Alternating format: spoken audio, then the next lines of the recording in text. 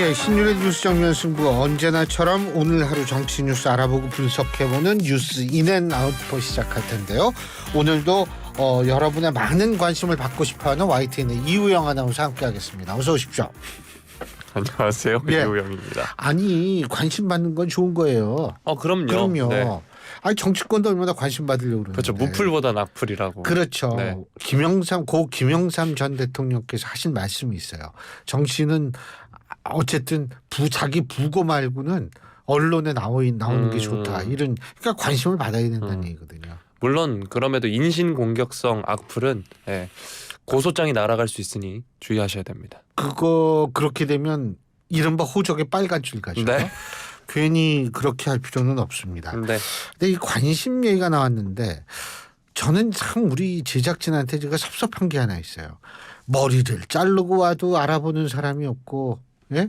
안경테를 바꿔도 알아보는 사람이 없고, 참 우리끼리는 그래도 좀 관심을 가집시다. 그렇죠. 저희 둘만 그렇죠. 이렇게. 우리 둘이라도 서로 관심을 가져줘요. 어제하고 좀 달라진 것 같아요. 어제하고 어떤 게 달라졌을까요? 어제는 세수를 안 하고 왔는데 오늘은 세수를 하고 온 것 같아요. 너무 전곡을 찔렀나? 아니요. 오히려 어제가 뭘 발랐고 그래서 당황스럽네요. 그렇군요. 네. 거꾸로 됐네. 어쨌든 관심은 뭔가 바뀌었다는 네. 이런 거 중요하죠. 예.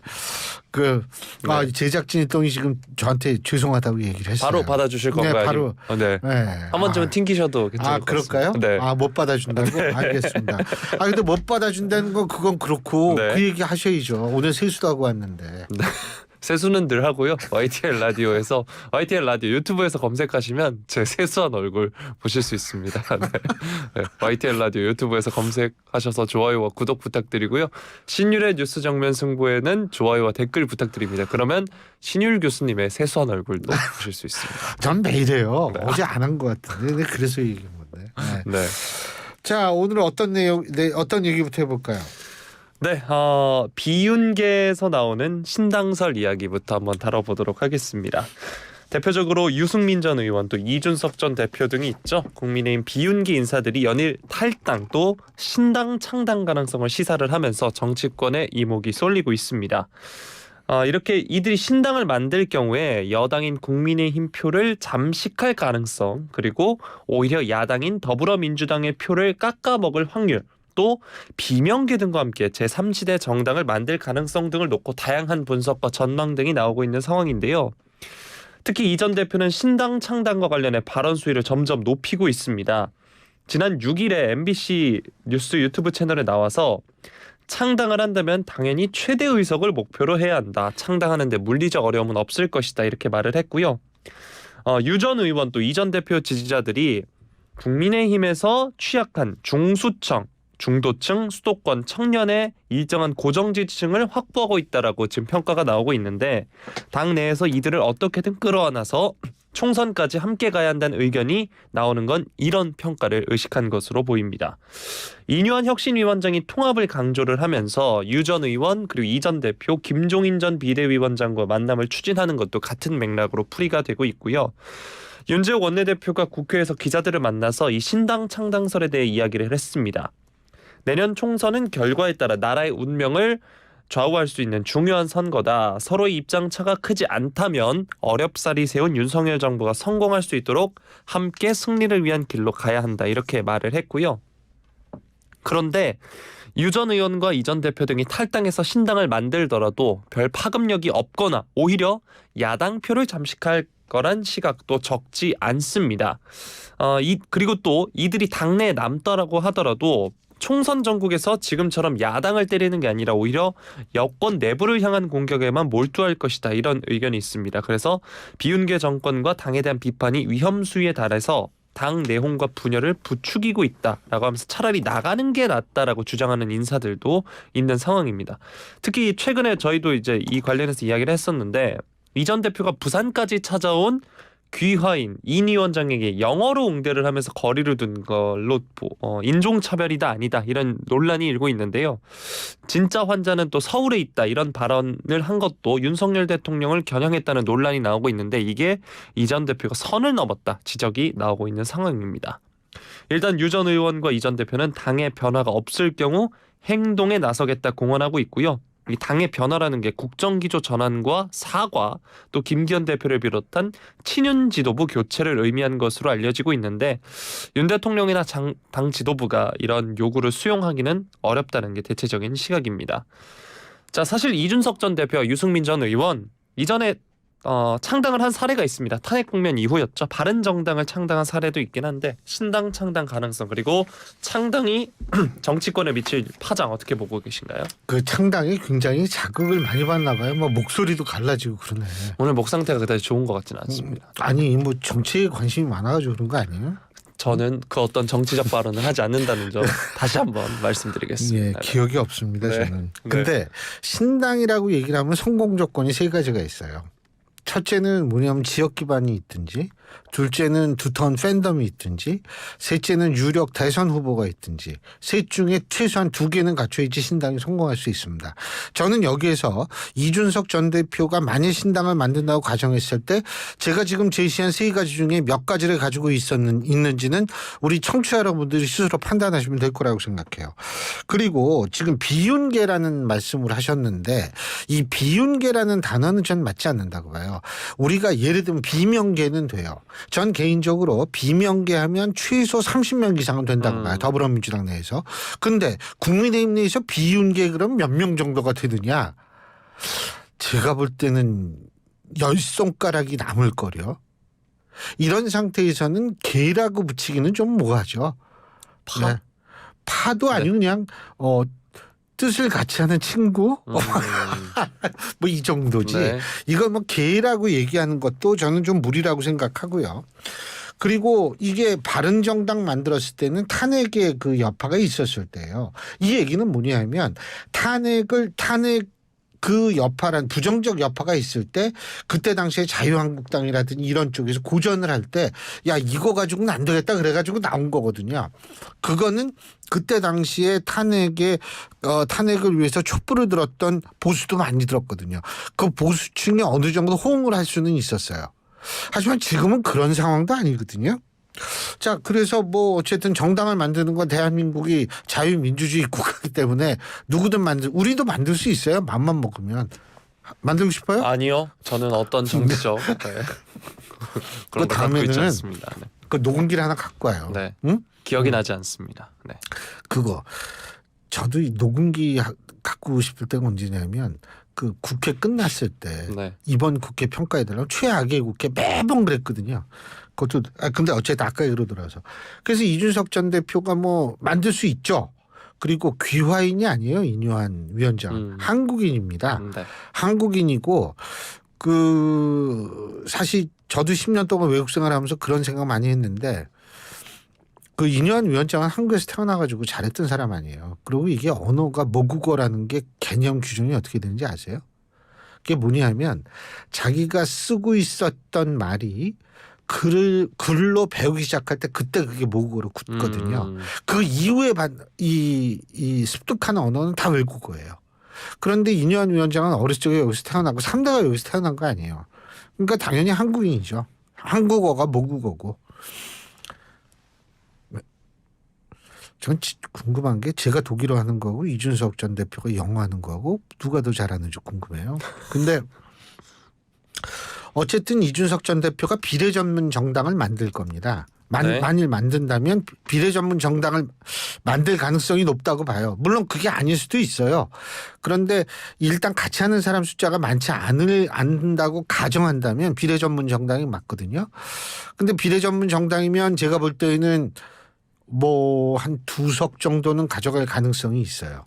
제가 볼 때는. 네. 그 이상. 근데 문제는 뭐냐면 지금 이제 그 민주당에서는 조국 신당 나온 얘기가 나오고 이쪽은 이준석 신당 얘기가 나오고 그러면 양당이 만나서 우리 과거 총선 20대 총선 때 위성정당 만든 거를 국민께 사과드립시다. 이러고서 자 우리 그래서 원래대로 다시 돌아갑시다. 이렇게 될 수도 있어요. 이런 비례전문 정당 못 만듭니다. 사태가 어떻게 돌아갈지는 지켜봐야 되겠지만 이준석 전 대표의 신당이 만일 신당을 만든다고 가정했을 때 그 신당이 헤쳐나갈 길은 굉장히 쉽지 않다. 이렇게 볼 수 있죠. 그리고 보수층이 어느 정도 호응하느냐도 아주 궁금합니다. 저도. 예. 네. 이렇게 첫 번째 뉴스인 뉴스 해주셨고요. 구텐 모르겐 당케라고 믿으세요. 네 말씀드리겠습니다. 어유 네. 외국 사람과 아니 독일 사람처럼 독일어 하시네. 네, 자 다음 소식 해보도록 하겠습니다. 조국 전 법무부 장관 현재 진행 중인 재판 결과에 따라 내년 총선에 출마할 수도 있다는 뜻을 지금 밝히고 있는 상황인데요. 그래서 더불어민주당이 불안해한다 이런 소식이 전해지고 있습니다. 문재인 정부 시절 조 전 장관 일가의 비리로 내로남불 프레임의 발목을 잡힌 만큼 이 조 전 장관의 출마가 역풍으로 작용할 가능성을 우려하는 모습이 지금 나오고 있는데 조 전 장관이 유튜브 채널 김어준의 뉴스공장에 나와서 총선 출마 여부를 묻는 말에 최대한 법률적으로 소명하기 위해 노력할 것이다. 이것이 안 받아들여지면 비법률적 방식으로 명예회복의 길을 찾는 것을 생각한다. 이렇게 말을 했습니다. 이를 두고 친명계 김영진 의원이 오늘 YTN 라디오 뉴스킹에서 나와서 정치와 국회의원 출마가 명예회복의 수단은 아니다라면서 부정적인 입장을 드러냈고요. 이 김 의원이 지난 2018년 문재인 정부 청와대 민정수석이던 조 전 장관에게 부산 지역 출마를 권했다는 사실을 전하면서 민정수석에서 법무부 장관으로 가는 적절하지 않은 선택으로 어려움을 겪었는데 지금 출마하는 게 적절한가라고 지적을 했습니다. 당대표 정무조정실장인 김 의원의 이러한 언급이 사실상 이재명 대표의 의중일 거다 이런 해석도 나오고 있는 상황이고요. 정치권에선 준연동형 비례대표제인 현 선거제가 유지가 된다면 조 전 장관이 야권의 비례위성정당을 창당할 가능성과 함께 호남 신당 창당, 무소속 출마 시나리오 등도 거론이 되고 있는 상황입니다. 이렇게 되는 경우에는 민주당의 주요한 선거 전략인 윤석열 정권 심판론이 옅어지는 한편 조 전 장관 일가의 비리가 재차 이슈로 떠올라서 중도층이 등을 돌릴 수도 있는 상황이어서 당은 아예 거리두기를 하려는 의중도 보이고 있다라고 합니다. 자, 민주당 입장에서도 이 소식을 관심을 갖고 지켜보고 있을 텐데요. 조 전 장관의 출마 움직임은 어떻게 보고 계신가요? 자, 퀴즈 들어갑니다. 민주당이 가장 선호하는 선거 구도는 뭘까요? 사지선다. 네, 좋습니다. 1번 정권 칭찬론, 네, 2번 자기 심판론, 네. 3번 정권 심판론, 4번 문정권 심판론. 어떤 걸까요? 더불어민주당이 제일 좋아하는 걸 말씀하신 거죠. 3번이요. 정권 심판론. 정권 심판론이죠. 근데 이게 그 어려운 걸 야, 정치에 관심이 많아요 보면. 저는 그 어떤 정치적 메시지를 내지 않는다는 점 늘 다시 한번 말씀드립니다. 예. 아유. 근데 있잖아요. YTN에서도 퀴즈 내는 걸 제가 가끔 봤는데 너무 문제가 어려워가지고 야, 이거 나를 너무 어떻게 보나 이런 생각이 들 때도 있어요. 어쨌든 정권 심판론 맞습니다. 그런데 문제는 뭐냐면 아까 잠깐 얘기했지만 조국 전 장관이 등장하면은 이게 문재인 정권 심판론이 등장할 수가 있어요. 그리고 공정이라는 화두가 등장할 수 있습니다. 그럼 민주당의 최악의 시나리오는 뭐냐? 메가시티 얘기가 막 나오면서 메가시티 논란이 정권 심판론을 대체함과 동시에 조국 전 장관의 등장으로 공정과 문재인 정권 문제가 마구 다시 한번 인구에 회자될 때 이때를 제일 최악이라고 생각할 거란 말이에요. 그런데 문제는 지금 이제 서서 이게요. 조국 전 장관의 등장 자체지 조국 전 장관이 뭐 민주당 후보로 등판하는 이거는 그렇게 제가 볼 때 중요한 건 아니에요. 그런데 역시 조국 전 장관 제가 앞서도 잠깐 얘기했지만 비례전문 정당을 창당한다면 비례전문 정당을 창당할 가능성이 있어요.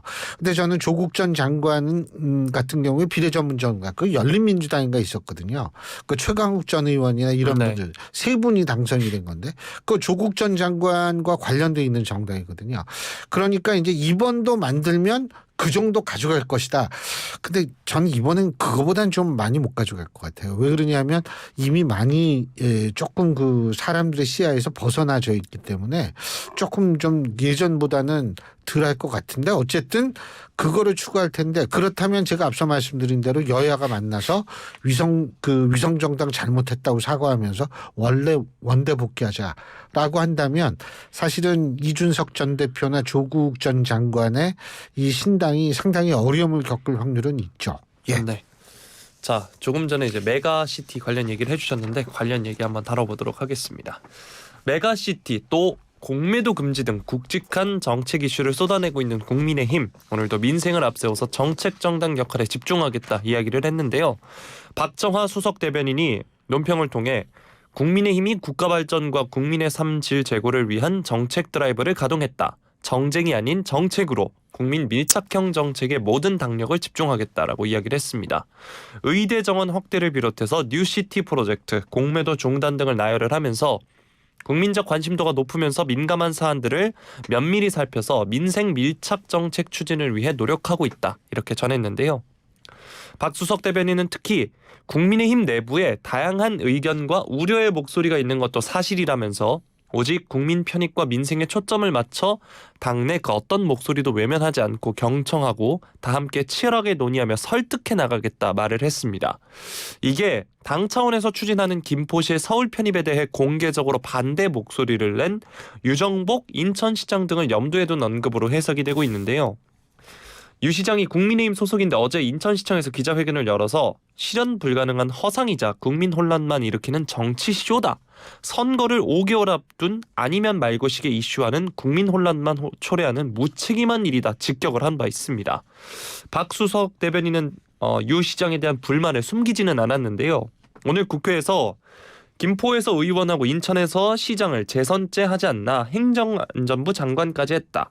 깊이 있게 고민하고 한 말인지 유감스럽다고 해야 하나 라고 하면서 지도부도 불쾌하고 의원들도 부글부글한 상황이다라고 전했습니다. 윤재욱 원내대표도 해당 행위에 따른 징계 가능성을 기자들이 물어보니까 당대표 권한에 속하는 사안이라면서 원내대표가 광역단체장 발언에 대해 해당 행위 여부, 징계 여부에 대해 말하는 것은 적절하지 않다라고만 답을 했고요. 자, 박 수석 대변인의 입을 통해서 직접 지도부가 불쾌하다 이런 입장이 나온 겁니다. 여권 내부에서 나온 메가 서울에 대한 반대의 목소리, 이 소식 뉴스인 부탁드리겠습니다. 제가 어제도 말씀을 드렸어요. 이슈는 크게 지금 국민의힘이 구사하는 이슈를 보면 두 종류예요.